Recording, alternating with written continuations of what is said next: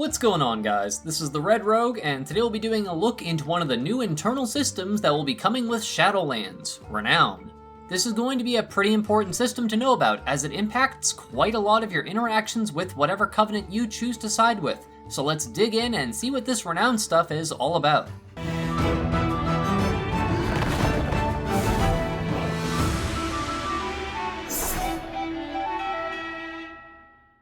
So admittedly, this was a video I was planning to do a bit closer to a release date announcement. However, it was a topic brought up in a Wowhead article that I think some people might not know the importance of.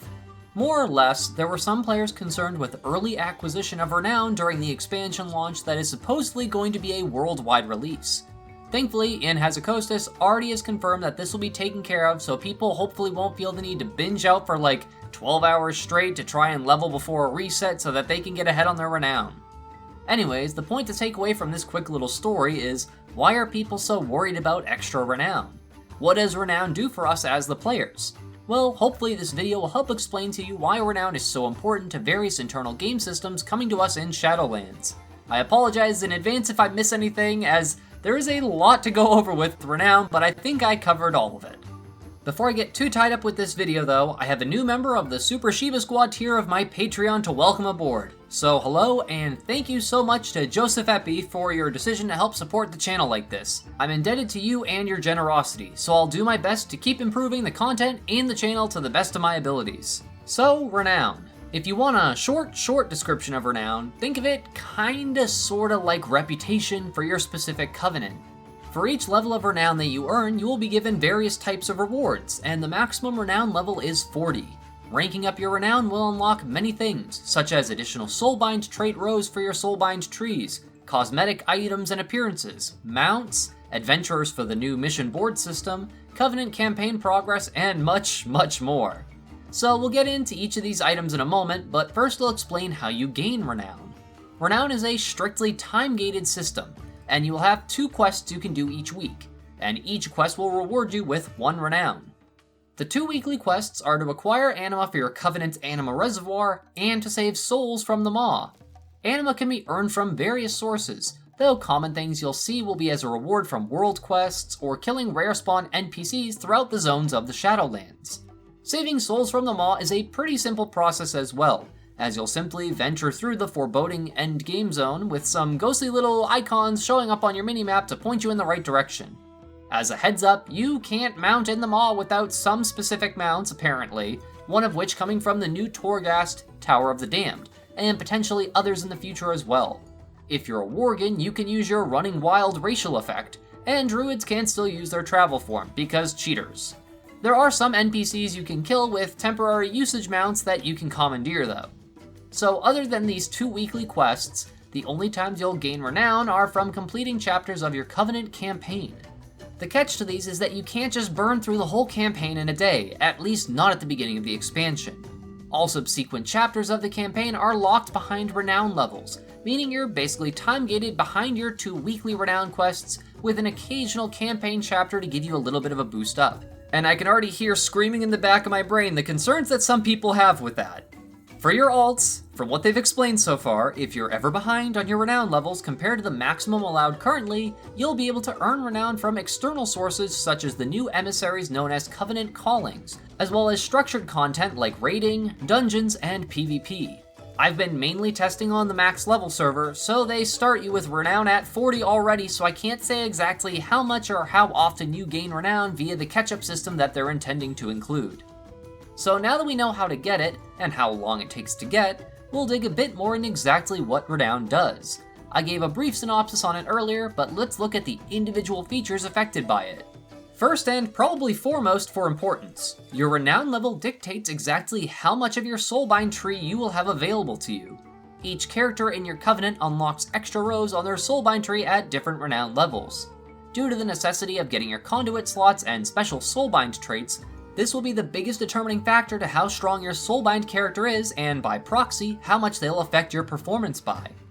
It will also give you an item level increase to your World Quest rewards at certain Renown levels, as well as the upgrading rank of your non-rated PvP gear, so the kind you can purchase with the Shadowlands Honor currency. Again, since mine is already maxed out, I don't know exactly how much it will increase things by, so I'll be curious to see how relevant that feature will stay, as those benefits are pretty far in the Renown system, and I'm pretty sure we're going to have rating or Mythic Plus gear that's better than all that by the time this occurs. Higher Renown will also give you access to a plethora of cosmetic and visual effect goodies, such as weapon enchants, cosmetic armor, and cosmetic weapons. These are tailored around the style of each covenant, such as big bony spike things for the Necrolords, or a more regal and sinister looking armor for a Venthyr. As a quick heads up, when you first go to choose your covenant after reaching max level, you'll be given an example of what their special armor will look like on your character, as well as what their mounts look like. Also, as a heads up, anything you buy from the Renown Quartermaster will cost anima, meaning it will possibly be a while before you're able to splurge on goodies, as there are Covenant Sanctum upgrades you'll be doing that use anima as part of their cost as well. As for the mounts, these are higher ranking Renown rewards. Each Covenant should have access to 2 mounts, one you'll unlock at Renown level 23, and the other one right near the end at 39. These are again specific to each Covenant, so you can't use your Necrolord mounts as a Kyrian or vice versa. Each Covenant has a specific style of mount, with the Kyrian having these sorta robotic lion things, the Necrolords having this undead bull monster, the Night Fae having these cool magical rune stags, and the Venthyr having vampire bear guinea pigs or something. Yeah, I don't know, I'm not lying, look at this thing. It looks like a vampire bear guinea pig or something. Probably the only thing I don't care about as a Venthyr, though the armored one is kinda cool. Anyways, at max Renown, you'll earn a title, which of course is dependent on which covenant you're a part of. If you're a Kyrian, you'll earn the Hand of the Archon title. For Necrolords, you'll either become a Baron or a Baroness. For the Night Fae, it is Winter's Envoy. And lastly, as a Venthyr, you'll either become a Count or a Countess. Obviously, these are all pretty cool sounding titles, and I always like having tons of titles in the game, so that's nice. There are still even more goodies you can get, believe it or not. Each Covenant will also reward a unique Hearthstone toy to give a little extra visual flair to tie into your Covenant, and that is unlocked at Renown level 11. There will also be a battle pet you can purchase from your Renown Quartermaster at level 27 Renown. As a more banal reward, there are a couple 2% increased stamina bonuses unlocked here and there throughout the Renown process. The stamina ones may or may not be placeholders, but they did include little stamina nodes in the Heart of Azeroth, so it wouldn't surprise me if they chose to add that as a benefit again. There is also a legendary power earned at Renown 14 called Vitality Sacrifice. This legendary increases your damage and healing by a flat percent between 3 and 9, based on how hard you got punched in the face. Seriously. This bonus lasts for 20 seconds and has a 30-second cooldown, so it has a pretty high uptime. As a DPS, this is likely to never be useful, but it might be something you try on a tank, I guess. Or if you're soloing stuff and you get punched in the face a lot, I guess. I don't know. You will also unlock numerous adventurers throughout your progress to level 40 Renown, which are part of the latest iteration of the mission boards we've seen since Warlords of Draenor. This new version, however, is a bit more involved. It has more strategy and visual elements than the prior iterations, as positioning of your adventuring party on the 5 slots actually affects who they'll hit or what they'll do. It's definitely much more interactive than the prior versions, and you'll be able to enhance your groups by getting more Renown and unlocking various companions. Renown also affects the progress you can make on improving your Covenant Sanctum, which is basically the upgrading system that unlocks and improves various benefits of your Covenant. Each of these systems alone are enough to have their own videos, so I'll give you the short version to give you an idea of what each one does. The Transport Network is a series of portals you'll be able to unlock that let you move around your Covenant zones extremely quickly.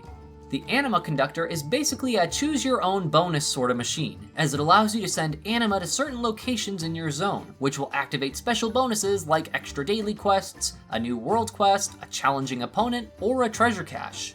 The Command Table, which I briefly explained already, allows you to send companions on missions which will offer various rewards such as anima, gold, reputation bonuses, you know, the usual stuff.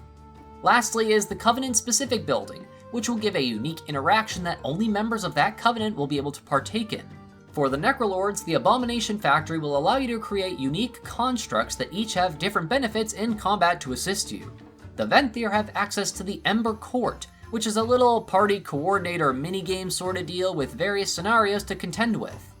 The Night Fae will have access to the Queen's Conservatory, which will give you access to a soul cocoon garden farm type thingy, which is great for getting free resources like ore.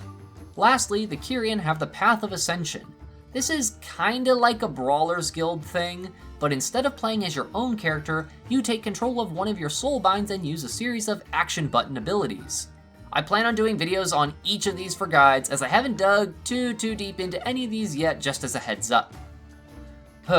Okay, I think I got everything. I apologize if I missed any of them, but yeah, Renown does a lot of stuff, and as I mentioned before, is time-gated behind campaign chapter completions and your 2 weekly quests. So I imagine it will take at least like 4 months, maybe even more, to be at maximum renown due to this. There will definitely be a lot of rewards associated with it, and the 2 weekly quests it has you do aren't terribly time-consuming, but can start to add up if you do them on a lot of characters each week to keep them all caught up. There is of course that catch-up mechanic that Blizzard is touting for this system already, so hopefully it isn't too arduous. Let me know in the comments below what system you're most interested in regarding Renown. I'm personally interested in making the guide videos for all the Covenant-specific event buildings, which I've been meaning to mess around with but just haven't had the time to do so. I hope this video helps you understand the importance of the Renown system we'll be partaking in with Shadowlands. If so, then any likes, comments, or new subscribers are all fantastic ways of showing your support for the channel.